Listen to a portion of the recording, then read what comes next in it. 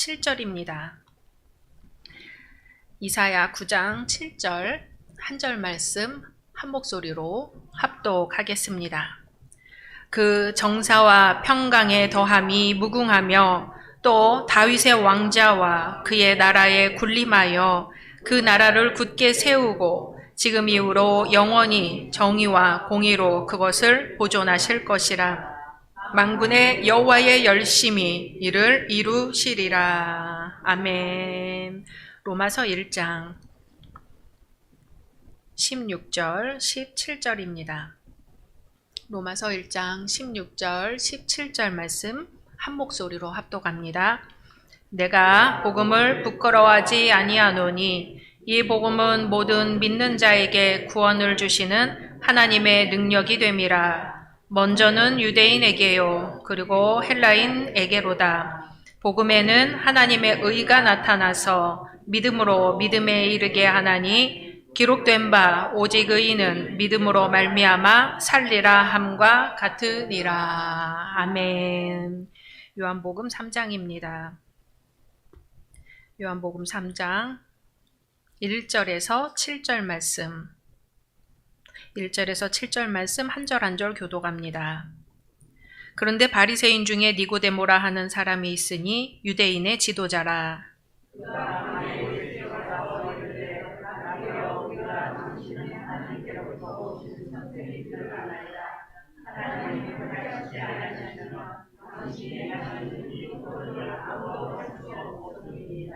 예수께서 대답하여 이르시되 진실로 진실로 내게 이르노니 사람이 거듭나지 아니하면 하나님의 나라를 볼 수 없느니라.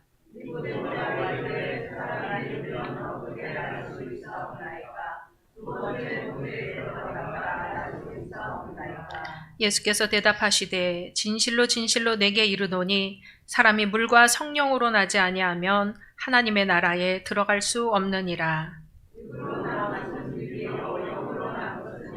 같이 내가 내게 거듭나야 하겠다 하는 말을 놀랍게 여기지 말라. 아멘. 오늘 함께 예배 드리시는 모든 성도님들 또한 처음 방문하신 모든 분들을 주님의 이름으로 환영하고 축복합니다. 올해 받으신 약속의 말씀 함께 암송하겠습니다. 36장 31절 말씀. 그 소리가 그에게로 돌아갈 것이요 성문에서 칭찬을 받으리라. 아멘. 말씀대로 이루어 주실 줄로 믿습니다. 아멘.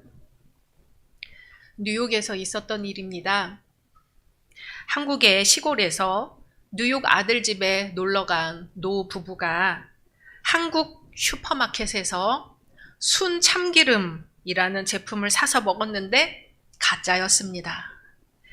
한국의 시골에서 직접 짜서 만들어 먹던 그 진짜의 맛이 아니었던 것이죠. 그래서 이 노부부는 한국에서 직접 참기름을 짜서 이곳 뉴욕에 와서 장사를 하면 엄청난 돈을 벌겠다고 생각했습니다. 한국에 돌아와 진짜 참기름을 짜서 미국으로 가져왔습니다. 그리고 그 참기름의 이름을 진짜 순 참기름이라고 지었죠. 그런데 엄청나게 팔릴 줄 알았던 그 진짜 순 참기름이 팔리지 않고 결국 노부부는 망하게 되었습니다. 왜 그랬을까요? 이유는 한 가지입니다. 먹어본 사람들이 할아버지 할머니가 만든 참기름이 가짜 참기름이라는 거예요. 할머니 할아버지에게는 맛으로 증명하는 길밖에 없었는데요. 그런데 그곳의 사람들은 진짜 맛을 아는 사람들이 아니었던 거죠. 그곳에 많은 한국인들의 입맛은 이미 가짜에 적응이 되어 있었습니다. 가짜가 진짜를 이긴 것이죠. 어디 이것이 참기름만의 이야기일까요? 우리 주위에 얼마나 많은 가짜들이 진짜를 이기고 있습니까? 쓰레기 만두 사건 기억하시나요? 한 만두 회사의 불량식품 때문에 아무 잘못도 없는 여러 만두 회사들이 문을 닫았습니다. 가짜 만두가 진짜 만두를 이긴 것이죠. 가짜 상표가 진짜 상표를 이긴 것입니다. 그러나 가짜가 진짜를 이기지 못하는 한 가지가 있습니다.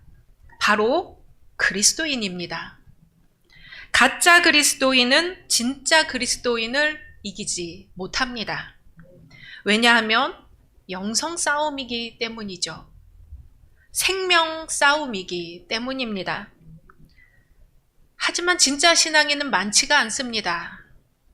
경건의 모양은 갖췄으나 경건의 능력이 없는 이들이 많습니다. 예배드리는 사람은 많지만 신령과 진정으로 예배드리고 하나님을 만나는 사람은 많지 않습니다. 사람은 많지만 진정성을 갖고 주님 앞으로 나오는 사람이 많지 않은 것이죠. 11조를 드리는 교인은 많으나 온전한 11조를 드리는 교인은 많지 않습니다. 봉사하는 교인은 많으나 이름 없이 빚도 없이 하나님의 영광을 위하여 일하는 교인은 많지 않습니다. 교회는 많지만 예수님을 머리로 하는 교회는 많지 않습니다. 우리는 진짜 그리스도인이 되어야 합니다. 하나님께서 인정하시는 진짜 그리스도인, 하나님의 말씀에 뿌리를 둔 뿌리 깊은 진짜 그리스도인이 되어야 합니다. 종교개혁은 무엇이 진짜인가를 끊임없이 찾으려 했던 노력이지요. 종교개혁 정신은 한마디로 아드폰테스, 근원으로 돌아가자입니다. 종교개혁자들은 그 근원을 오직 믿음, 오직 은혜, 오직 성서라고 보았습니다. 종교개혁 당시 교황은 로마의 베드로 성당을 신축하려고 했고 그 재정을 조달하기 위해 1506년 일괄 면죄부를 발행했습니다. 당시 독일의 설교자 테첼은 그 말을 면죄부 헌금함에 넣어 딸랑하는 소리가 나면 죽은 자의 영혼은 천국으로 향한다고 설교했습니다. 가난한 과부의 마지막 남은 2푼까지 속여서 빼앗는 타락한 면죄부 상인이었던 것이죠. 면죄부는 뭔가요? 죄의 전면적인 사면이나 용서를 할 수 있는 것은 아니었습니다. 다만 회개로서 용서받은 죄에 대하여 가해질 벌의 사면을 뜻하고 면죄부를 얻은 뒤에도 교회에서 정한 일정한 회개의 행위가 필요했습니다. 그러나 중세 말에 이르러 면죄부 판매가 성행하면서 결국 종교개혁의 발단이 되고 말지요. 면죄부 문제에 대해 오랫동안 고민하던 루터는 마침내 1517년 10월 31일 면죄부를 비판하는 95개 논제를 마인츠 대주교 알브레히트와 브란덴부르크 주교 히에로니무스 슐체에게 보냈습니다. 당시 대주교는 막강한 힘이 있었기 때문에 루터는 알브레히트에 대한 두려움과 불안한 마음을 떨치지 못한 채 최대한 예의를 갖춰서 편지를 썼다고 합니다. 그리고 같은 날 면죄부에 대해 학문적으로 토론하고자 비텐베르크 성 교회문에 95개의 논제를 붙였습니다. 면죄부 설교자 테첼은 이 논제를 보았을 때 이 이단자를 내가 3주 안에 불 속에 집어 던질 것이라고 말했습니다. 이후 1521년 로마 교황의 칙서를 통해 루터의 파문이 결정이 됩니다. 수도사였던 루터에게 파문은 종교적인 죽음을 뜻했지요. 이후 보름스 칙령이 반포되는데요. 이제 루터뿐만이 아니라 루터를 보호하는 모든 사람이 제국법의 보호를 받지 못한다는 내용이었습니다. 가까스로 탈출한 루터는 바르트부르크 성에서 숨어 지냈습니다. 숨어 지내는 동안 가장 위대한 작업을 하게 되죠. 바로 신약 성서를 독일어로 번역한 일입니다. 당시 성경은 라틴어로 써졌고 일반 민중은 읽을 수가 없었습니다. 그런데 루터가 독일 민중이 읽을 수 있도록 독일어로 번역을 한 것이지요. 마침 구텐베르크의 금속 활자 인쇄술로 독일어 성경은 급속도로 민중에게 보급이 되었습니다. 종교개혁은 구텐베르크의 인쇄술 덕분이다 할 정도로 민중들이 직접 성경을 읽을 수 있는 길이 열린 것입니다. 종교개혁은 어느 날 갑자기 탁 하고 이루어진 것이 아니고 어느 두려움 많은 한 수도사의 용기 있는 문제 제기로 시작이 되었습니다. 면죄부를 돈 주고 사서 죄의 용서를 받을 수는 없다 하는 단순한 신앙의 양심에서 시작이 되었습니다. 예수님께서 회개하라고 말씀하신 것은 전 삶을 통해서 회개하라는 말씀이지 면죄부로 그 죄를 사할 수는 없다는 것이었습니다. 신학적인 토론을 해보고자 했던 루터의 신앙 양심의 선언은 목숨을 건 도피로 이어졌고 종교개혁이라는 어마어마한 거대한 물줄기를 만들어내었습니다. 로마 교황청이 하고 있는 면죄부 판매를 말씀에 비추어 보았을 뿐인데 전혀 다른 결과를 만들어낸 것이지요. 구약에서 종교개혁하면 떠오른 왕은 누가 있을까요? 요시야 왕입니다. 요시야는 8살에 임금이 되어 예루살렘에서 31년을 다스렸습니다. 유다의 여러 왕들 중에 요시야는 아주 훌륭한 왕으로 기록이 되고 있습니다. 요시야가 여호와 보시기에 정직히 행하여 그의 조상 다윗의 모든 길로 행하고 좌로 우로 치우치지 아니하였더라 기록되어 있습니다. 그런데 사실 요시야의 아버지 아몬은 여호와의 길을 따르지 않았습니다. 요시야의 할아버지 므낫세는 장장 55년이라는 장기 집권을 했지만 유대 역대 왕 중 가장 포악한 군주로 남아 있습니다. 심지어 예루살렘 성전에서 여호와께 예배드리는 것을 철폐시킨 왕이었습니다. 그런데 요시야는 마음을 다하고 뜻을 다하며 힘을 다하여 모세의 모든 율법을 따라 여호와께로 돌이킨 왕은 요시야 전에도 없었고 요시야 후에도 그와 같은 자가 없었더라라는 찬사를 듣게 됩니다. 바로 요시야 왕의 종교개혁 정책 때문입니다. 요시야는 성전 보수 공사를 하죠. 대대적인 공사였습니다. 눈길을 끄는 것은 일꾼들도 정직한 사람이었다는 거예요.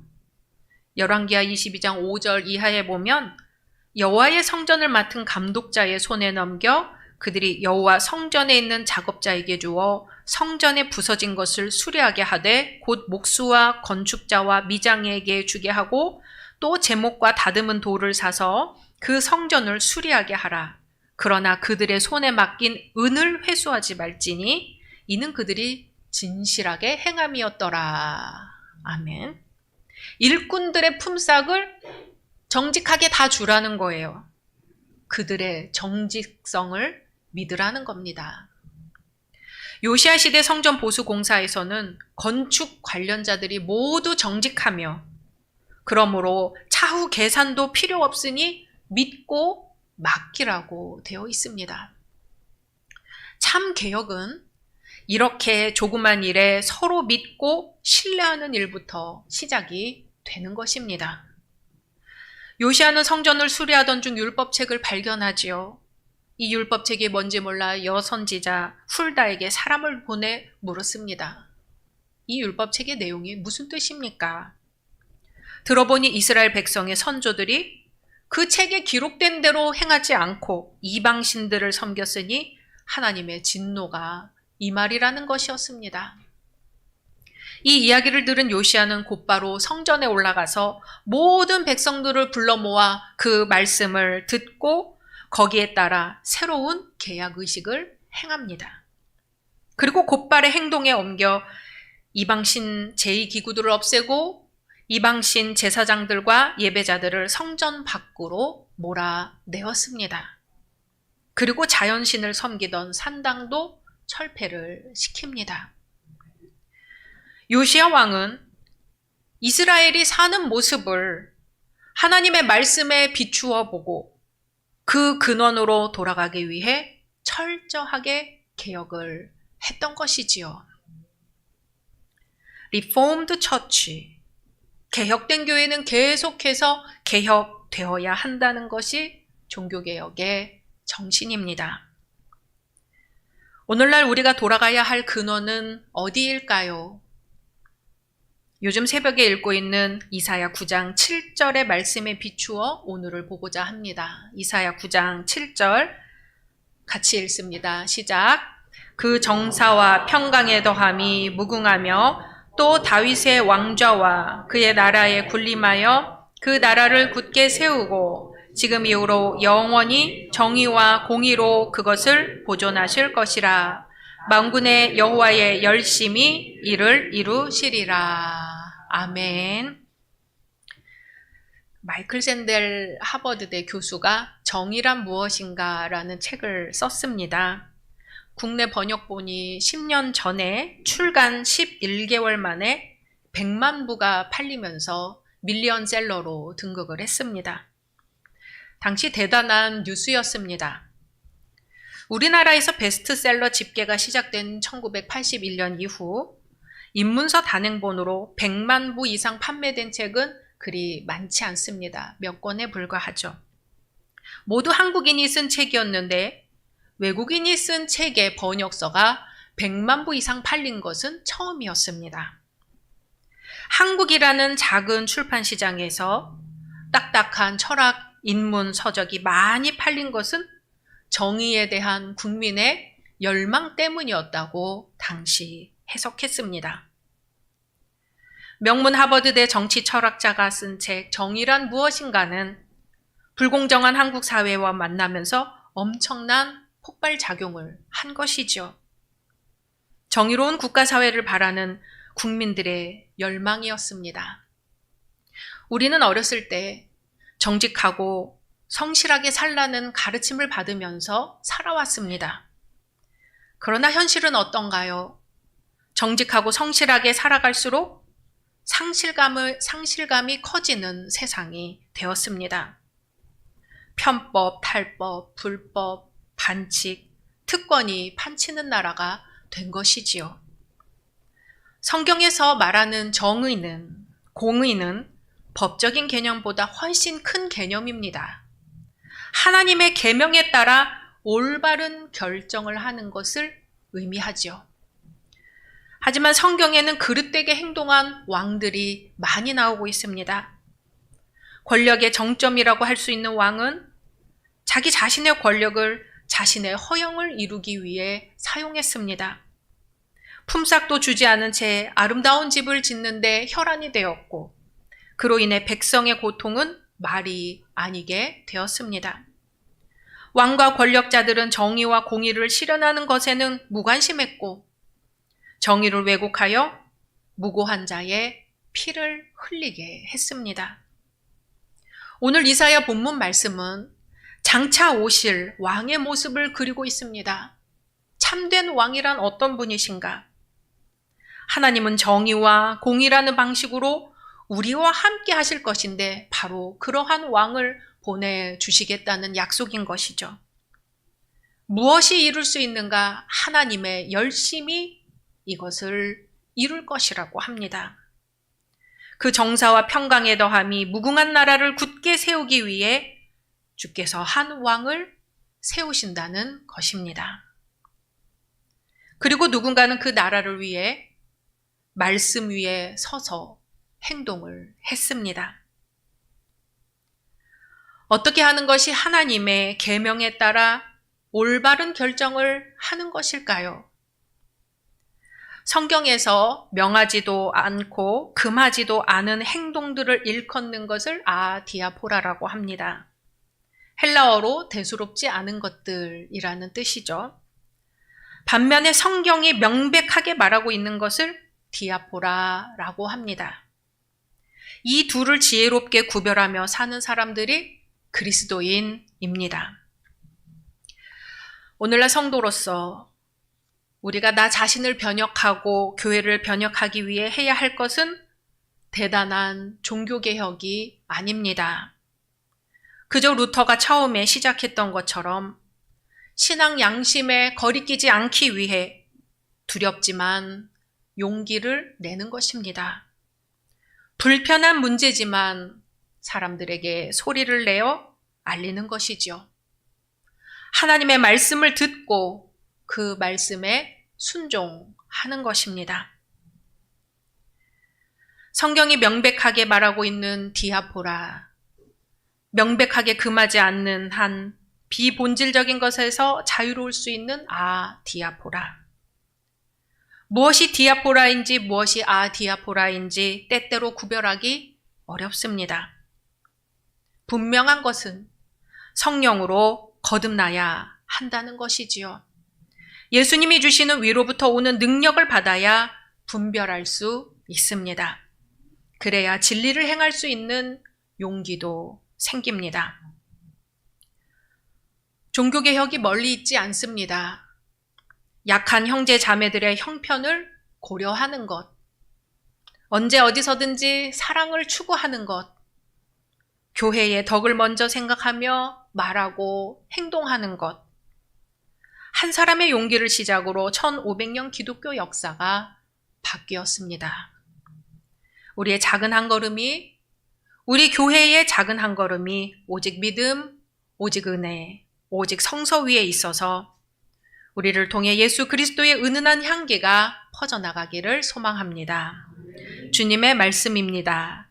오직 의인은 믿음으로 말미암아 살리라 함과 같으니라. 아멘. 말씀 묵상하며 함께 소리내어 기도하겠습니다. 주님, 시간 주님의 말씀을 듣고 의지할 수 있도록 인도해 주시니 감사합니다.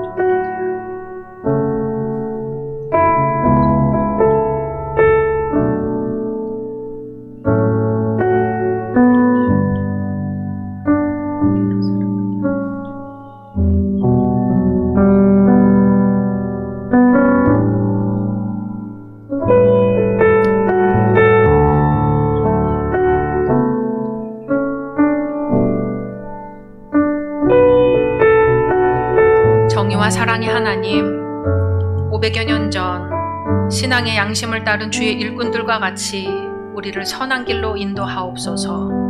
이 시대에 헛되고 잘못된 것들을 성령의 불로 다 태워주시고 예수님만 중심이 되고 기준이 되는 새로운 부흥의 역사가 시작되게 하옵소서.